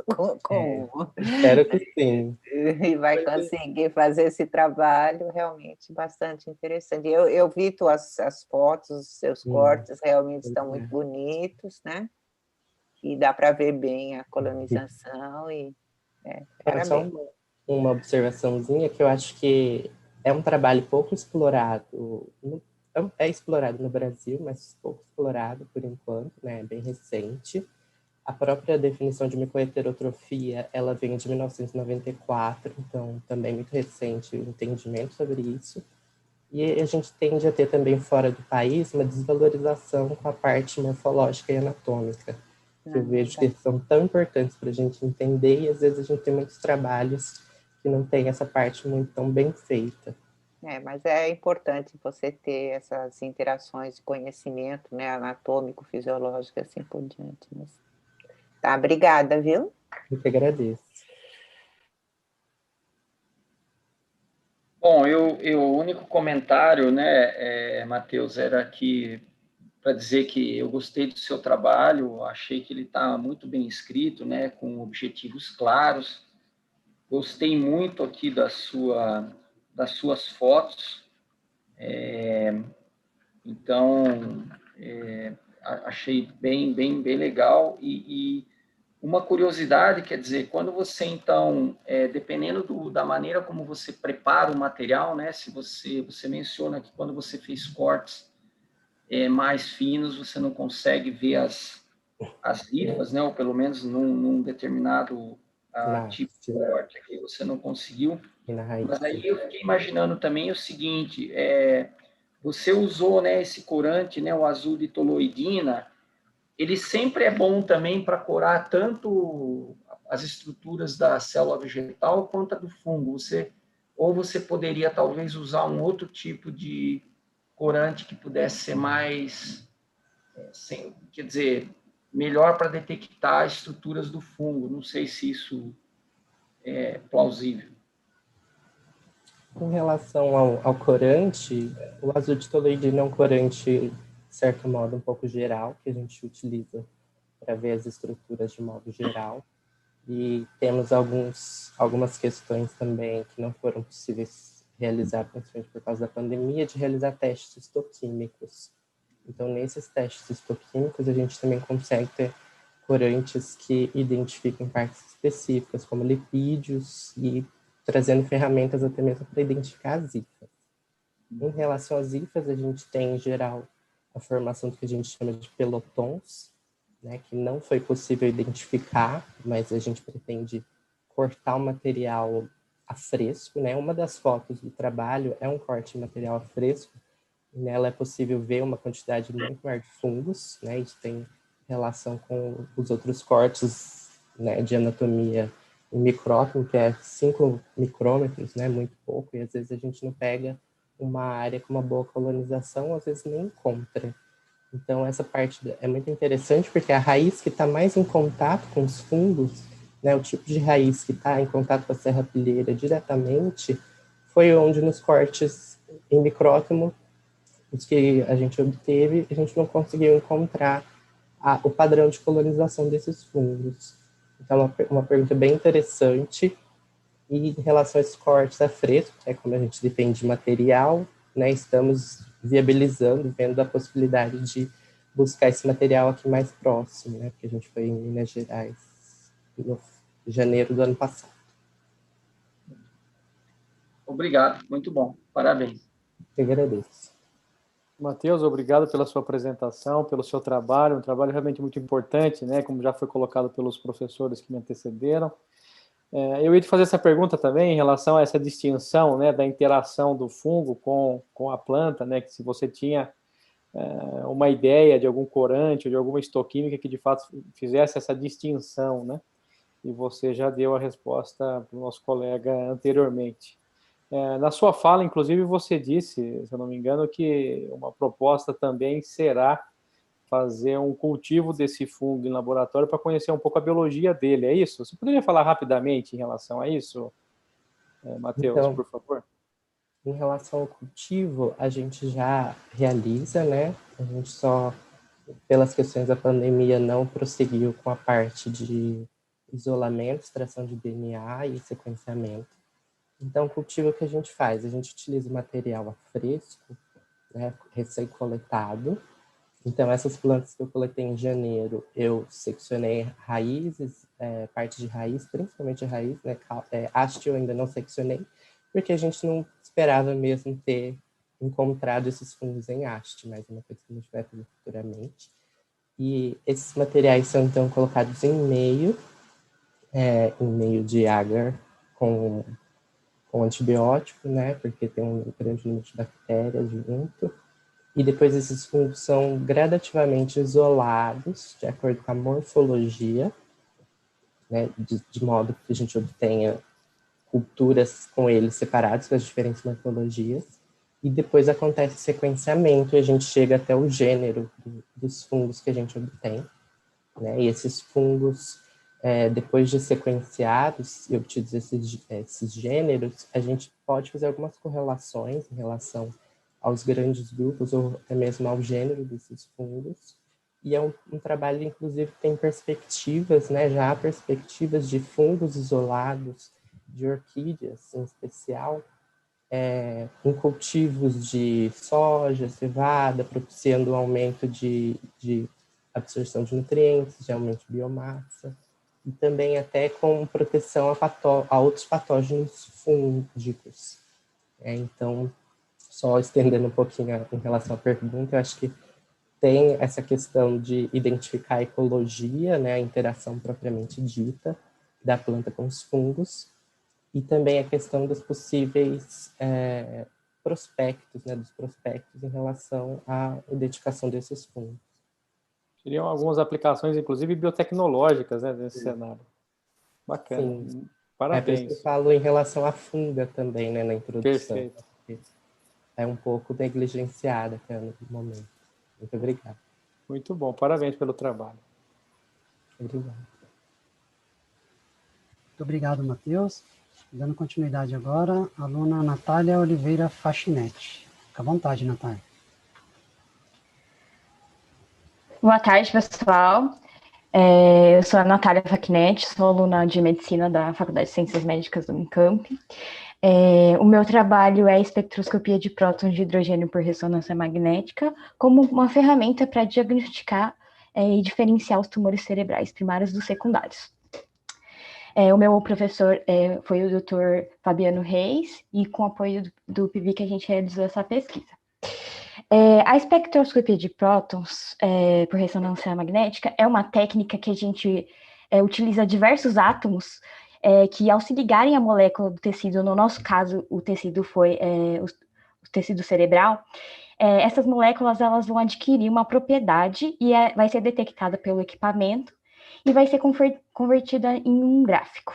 E esse gráfico vai ter os diferentes picos dos metabólitos e vão caracterizar eles. Geralmente, a gente utiliza o átomo de hidrogênio porque ele é um átomo bem presente no corpo humano. Aí, o objetivo do nosso trabalho foi ver como a gente pode estabelecer quais são os metabólitos presentes, tanto nas lesões primárias, que já nasceram lá no sistema nervoso central, quanto as que são metastáticas, de outros tecidos para o cérebro. Para isso, a gente fez um estudo retrospectivo das ressonâncias realizadas no Hospital das Clínicas. A gente teve o Comitê de Ética aprovado. A gente selecionou 102 casos, sendo 41 primários e 61 secundários. a maioria dos casos foram metástases que a gente achou. A gente conseguiu perceber, né, nesse estudo, que tem um aumento considerável no nível de colina e na relação colina-creatina nos astrocintomas de alto grau, são tumores mais malignos, em relação aos de baixo grau. E essas relações, o aumento dessas relações, elas, em comparação ao que é encontrado no glioma de baixo grau, elas estão significativamente correlacionadas com a celularidade. Então, quanto mais célula tiver, maior vai ser a relação. A gente também pode notar que os valores de colina creatina, muitas vezes, eles se sobrepõem, principalmente entre os graus 2 e 3, e entre os 3 e 4. Isso porque a gente utilizou uma técnica chamada de single voxel e também a gente utilizou o tempo de eco, que é o tempo de magnetização no plano horizontal, curto. Além disso, a gente viu que as metástases também, elas têm um maior nível de colina creatina. E se o tumor não tiver uma infiltração significativa, nenhum aumento de colina é visto. A gente também viu que os tumores primários, eles têm maior redução da relação N-acetil-aspartato-creatina. E, no geral, os gliomas de baixo grau, eles demonstram diminuição moderada do N-acetil-aspartato e, consequentemente, da razão N-acetil-aspartato e creatina.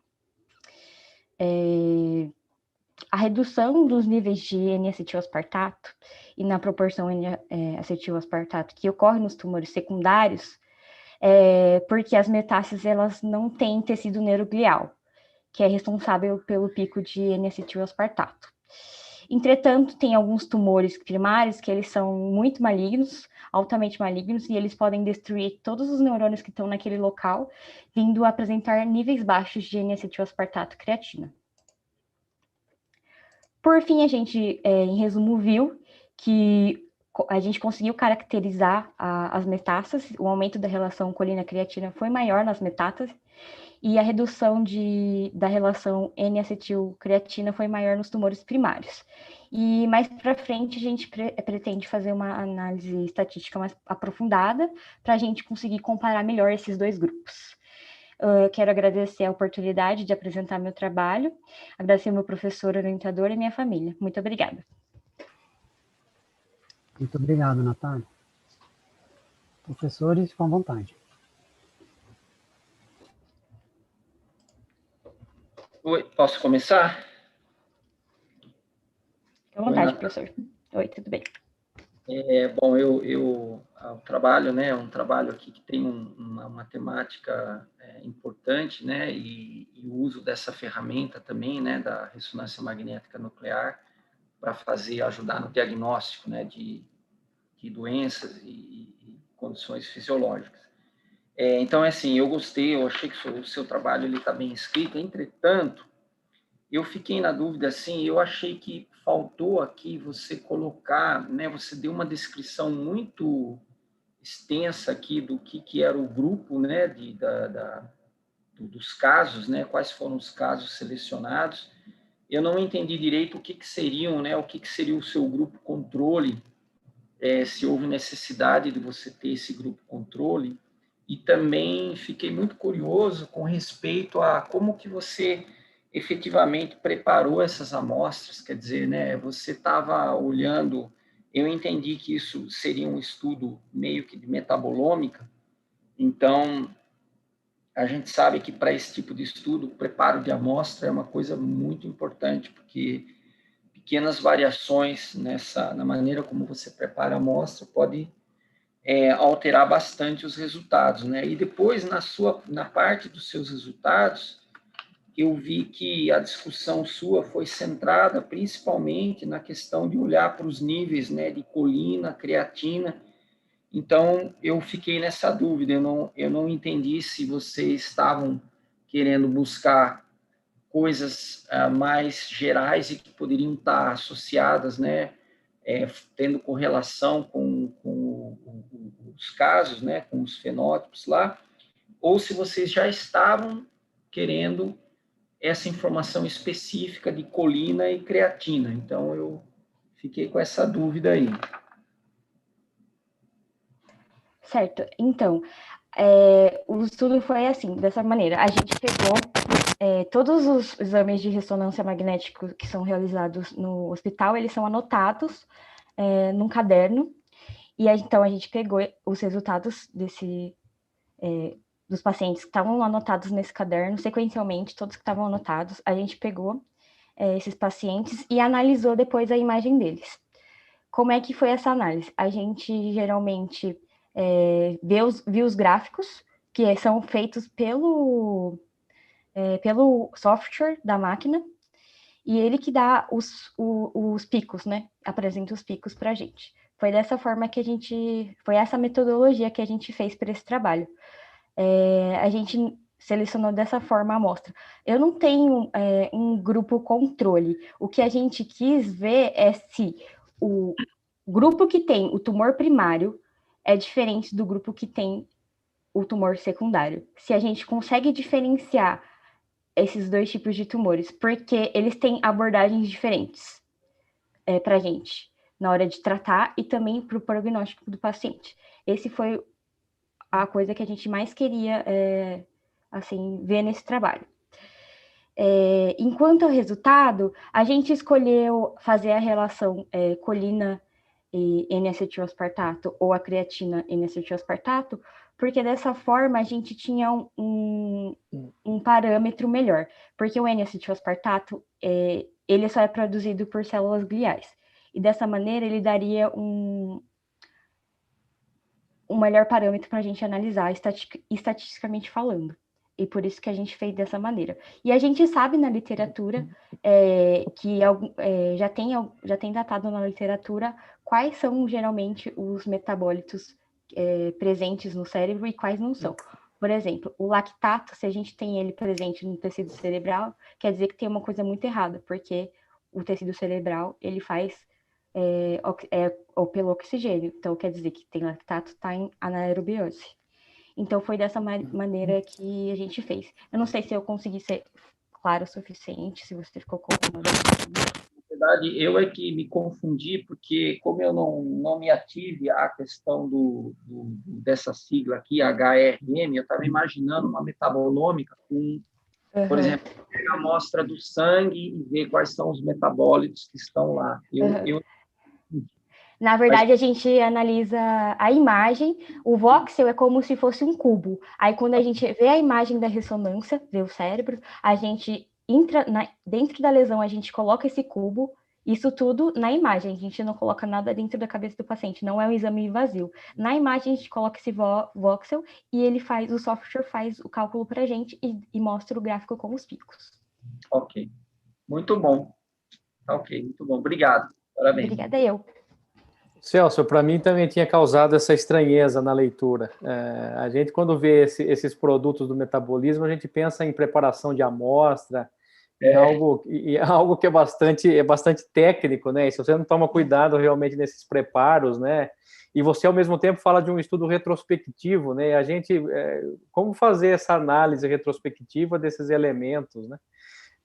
Desses metabólitos, isso realmente tinha causado uma certa estranheza para mim, mas na discussão que você fez com o professor Celso ficou claro, né? E da importância desse seu trabalho, né? Você conseguir fazer essas predições a partir das imagens, né? Fazer através desse levantamento histórico, né? Que você tem ali na FCM da Unicamp, isso realmente é bastante importante para esse processo de diagnóstico, né, Natália?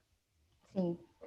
Bastante importante. Uma metodologia pouco invasiva, nada invasiva. Nada invasiva, isso. Parabéns, muito bom.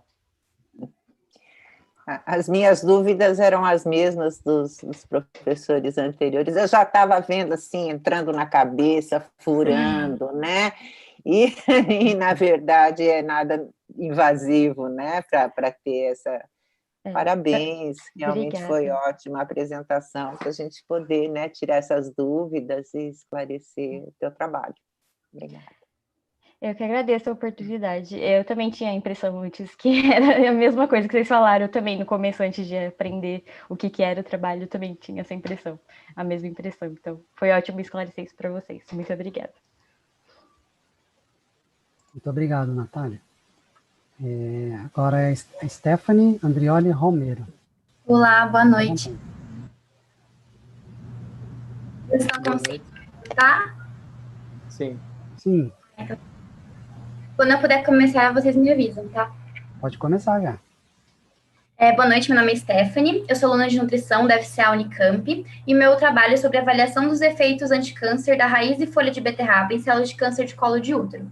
Para contextualizar, sabe-se que os genes mais frequentemente afetados por mutações em câncer são aqueles que regulam processos celulares como mitose e algumas vias de sinalização. Uma das vias que nós escolhemos foi a via da mTOR, para estudar nesse projeto, pois ela regula a homeostase celular e faz a regulação de comportamentos básicos da célula, como crescimento e proliferação. E ela é uma via que geralmente está desregulada em vários tipos de câncer. Essa via ela é estimulada por aminoácidos, glicose e insulina.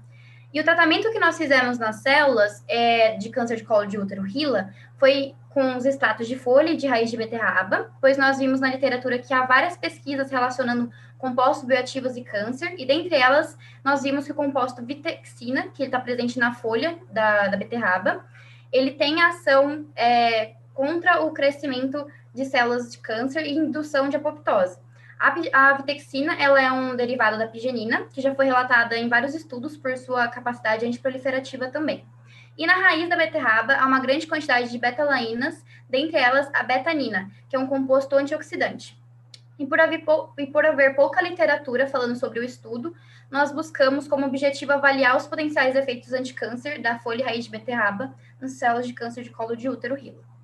Bem, a princípio, nós fizemos uma quantificação de fenólicos por método de Foley, para ver quantos compostos fenólicos estavam presentes nos extratos, e em seguida foi feito um ensaio de viabilidade celular com MTT por 24 e 48 horas, para analisar os efeitos dos extratos de beterraba. Nele, nós observamos que a concentração de 1, 10 e 100 ppm do extrato de raiz tiveram uma diminuição de viabilidade, e também a concentração de 10 e 100 ppm da folha da beterraba também teve essa diminuição. Nós utilizamos também as drogas cisplatina e rapamicina, e nós combinamos elas não só isolado, a gente aplicou isolado, mas também combinamos com os extratos de beterraba, e nós também vimos uma diminuição de viabilidade após esse tratamento. Então, foi feito um ensaio de formação de colônias para avaliar a capacidade clonogênica das células após o tratamento com os extratos de beterraba, e nós observamos uma redução da área das colônias tratadas com os extratos em comparação com o controle, que foi o não tratado. E para avaliar o que estava acontecendo nessas células, para que fosse visto o que foi analisado nesses resultados anteriores, nós vimos pelo ciclo celular, né, após o tratamento com os extratos nas concentrações de 10 e 100 ppm por 48 horas, usando citometria de fluxo, vimos que em 10 ppm houve um aumento de células em sub-G1, indicando que essas células estavam com DNA fragmentado. E nós vimos também um aumento na fase S, ambas características indicando apoptose. Em 100 ppm, nós vimos um aumento também das células hipodiploides e uma redução das células que se encontravam na fase G1, G0, S, G2M, quando tratadas com os extratos de folha e de raiz de beterraba, também pelo aumento das células em sub-G1. A pigenina isolada, que foi um composto que a gente escolheu, teve uma característica de acumular células em S e G2M, indicando uma não progressão do ciclo. E, por final, nós analisamos a expressão a nível proteico e o estado de fosforilação de proteínas por Western blotting, com foco nas vias da mTOR e nas vias de sinalização de apoptose. Na via da mTOR, nós vimos uma diminuição da expressão DSC fosforilada das células tratadas com folha 100 ppm e raiz 10 e 100 ppm. Nós vimos também uma diminuição da expressão DSC-SK fosforilada com um tratamento de raiz 100 ppm. Ambas indicando uma alteração no processo carcinogênico, que geram um mau prognóstico para os pacientes. Quando essas proteínas estão aumentadas, mais ativas, elas indicam um mau prognóstico, pois elas estão diretamente ligadas com o processo de iniciação de crescimento tumoral, metástase e outros. Já na via da apoptose, nós vimos um aumento da expressão da PARP clivada e da BIM em 100 ppm de ambos os extratos, indicando uma indução de apoptose. E nós vimos também uma diminuição da ciclina D1, que regula a progressão do ciclo. E, em conclusão, nós vimos que esse estudo pode contribuir para novas abordagens terapêuticas e adjuvantes para o tratamento do câncer de colo de útero, usando compostos e extratos derivados da beterraba. Claro que temos ainda muitos estudos pela frente, mas são resultados muito promissores. E eu quero agradecer toda a equipe do laboratório, lá do LabMas, ao meu orientador Fernando e minha co-orientadora Rosângela. E muito obrigada também a vocês pela atenção e tenham um excelente dia. Muito obrigado, Stephanie. Professores, à vontade. Stephanie, parabéns pelo trabalho, pela apresentação. Eu queria te perguntar, eu fiquei com a seguinte dúvida. Quando você faz o extrato de beterraba e separa as folhas, né, da raiz? Isso. E aí você avaliou só os compostos fenólicos, é isso? Na verdade, nós avaliamos o extrato como um todo e nós pegamos alguns compostos isolados que nós vimos em maior quantidade nesses extratos. E aí a gente tratou, foi a pigenina e betanina, que nós tratamos em alguns experimentos. Não, ok, mas o extrato ele contém outras substâncias, não contém? E elas foram eliminadas na hora da aplicação do material nas células? Então, o extrato ele foi analisado como um todo, com todos os compostos, e nós também tentamos analisar somente com o composto isolado. Nós fizemos essas duas análises para ver se era uma ação de todos os compostos em sinergia ou se algum composto isolado tinha essa ação nas células de câncer. Uhum. E, na verdade, assim, você não pode pensar que talvez esses resultados que você obteve, esses resultados são devido a outras substâncias que não a essas únicas selecionadas? Com certeza. É que assim, eu estudo desde 2018, faço os testes e tudo mais, mas tem muita coisa ainda para ver, né? Porque são diversas substâncias dentro do extrato. Essas eram substâncias iniciais, né? Mais para frente, talvez nós iríamos buscar outras substâncias isoladas para ver se tem outras que podem estar interferindo também. Não, que é interessante porque dá uma abertura, né, uma ampliação, né, para o estudo de vocês, que é bastante interessante, né, porque aí vamos começar a comer beterraba, porque é tão bom. Obrigada. Sim, né?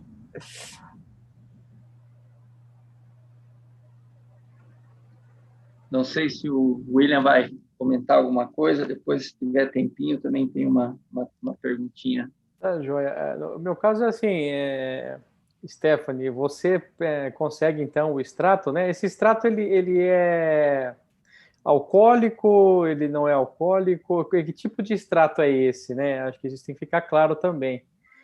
Em qual fração, né, de polaridade dessas moléculas você está separando? Acho que isso é uma questão de partida, né, se a gente for parar para pensar. Então, nós utilizamos um extrato hidroalcoólico na folha e só aquoso com a raiz da beterraba, por conta do foco dos compostos que a gente queria analisar. Porque como a gente tinha visto que tem mais vitexina na folha e as betalainas na raiz, nós focamos o protocolo para tentar tirar o máximo desses compostos. Certo. Uma outra questão que eu queria que ficasse claro para você, assim, é a importância de você usar, por exemplo, a rapamicina, né?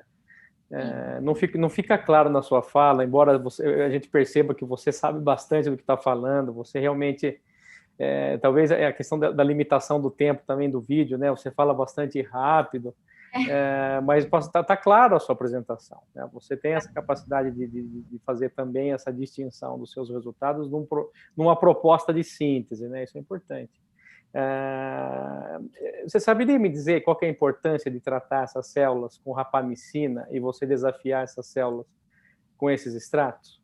Então, nós tentamos analisar com as drogas, né, tanto a rapamicina quanto a cisplatina, qual seria a ação das células sem o tratamento e com o tratamento geralmente utilizado. Por exemplo, a cisplatina já é utilizada em tratamentos de câncer, né? Então, a gente tentou analisar essas duas com os extratos para ver qual que seria a diferença entre eles também. Para a gente ter um controle, né? Porque como você, já na sua introdução, você fala bastante da sinalização de mTOR, né? mTOR está relacionado aí a uma via de sobrevivência da célula, vem sendo fosforilada por AKT, é uma via de PI3K, né, que leva a ativação de genes relacionados com sobrevivência, metabolismo de glicose, etc. E, além disso, um ponto de destaque, né, é que a sinalização de mTOR ela acaba levando à fosforilação da S6K, que você fala bastante. Então, a rapamicina, na verdade, ela é um inibidor de mTOR.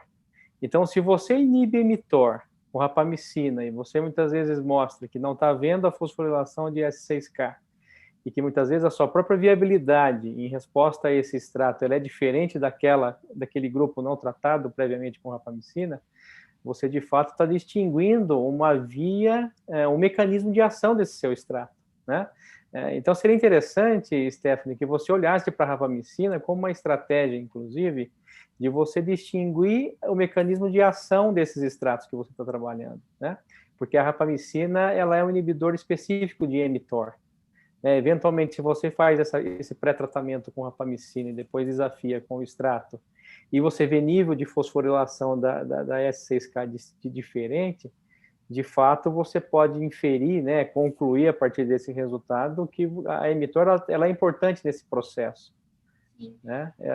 Só para ter esse destaque, eu acredito que seria interessante.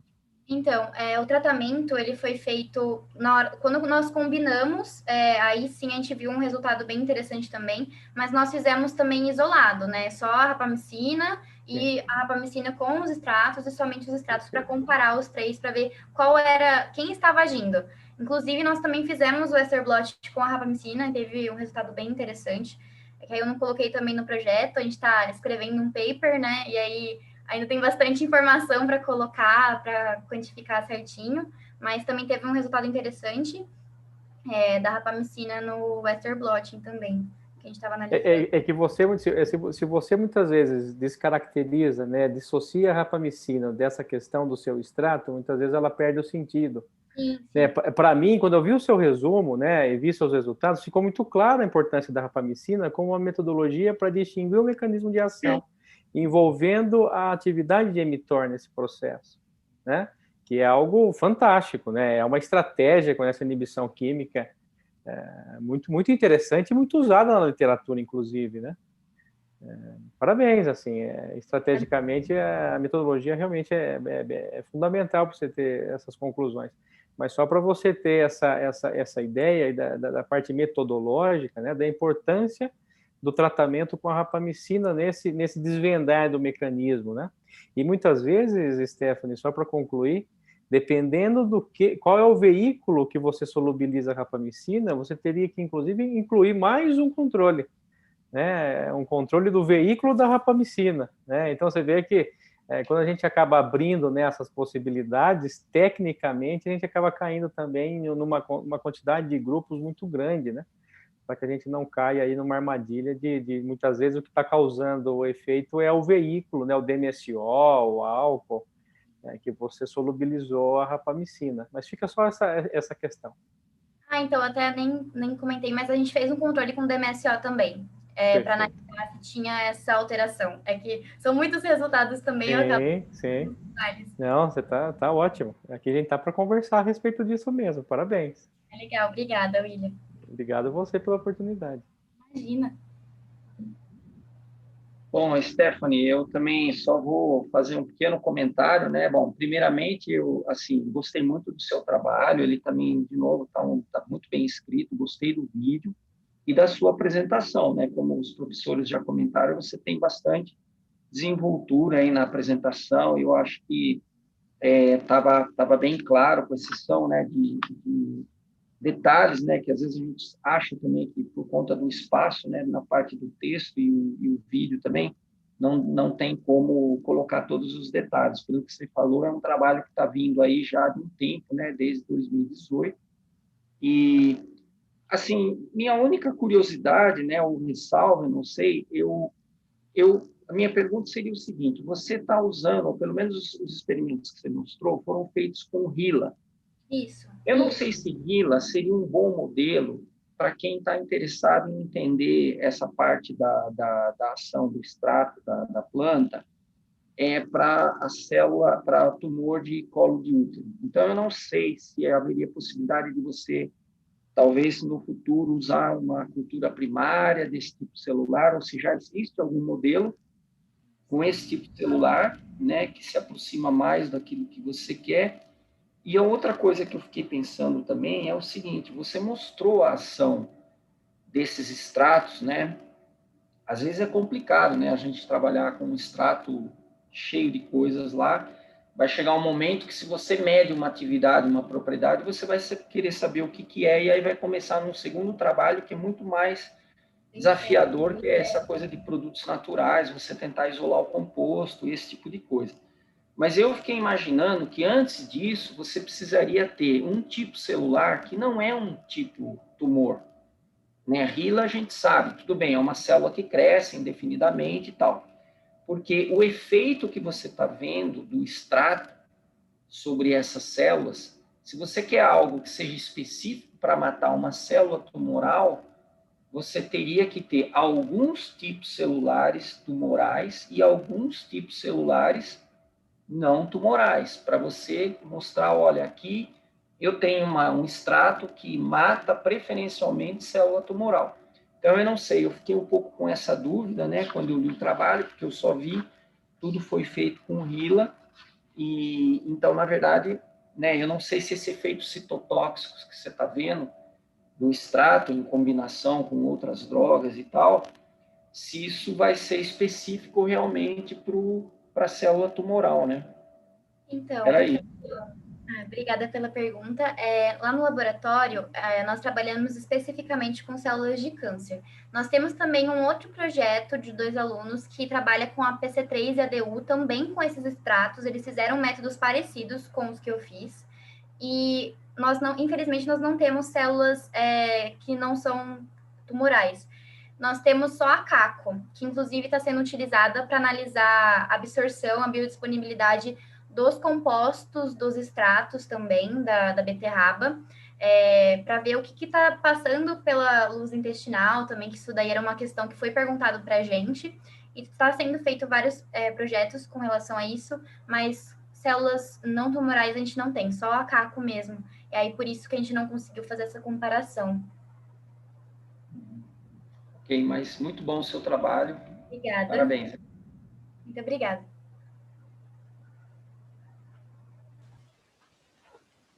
Muito obrigado, Stephanie. Agora eu vou fazer as considerações finais para a gente encerrar a reunião. Eu queria primeiramente parabenizar os alunos que apresentaram muito bem os trabalhos. Foi muito interessante participar da reunião aqui com vocês. E queria agradecer especialmente aos professores, professor Celso, professor William, professor Eni, pela colaboração tão importante para a gente. E eu queria comunicar aos alunos que a gente vai fazer o anúncio dos 20 melhores trabalhos, né, aqueles que serão premiados, de todas as áreas, na sessão de encerramento que vai acontecer no dia 3. Tá? Lá a gente já vai ter o resultado desse bate-papo aqui, das outras salas, de todas as áreas, e a gente já vai divulgar os 20 premiados. Tá ok? E agradecer e desejar um bom fim de dia para todo mundo. Muito obrigado. E, cara, aproveito também para agradecer a oportunidade aí de ter participado esse ano novamente aí na avaliação dos alunos. É sempre muito gratificante. Muito obrigado.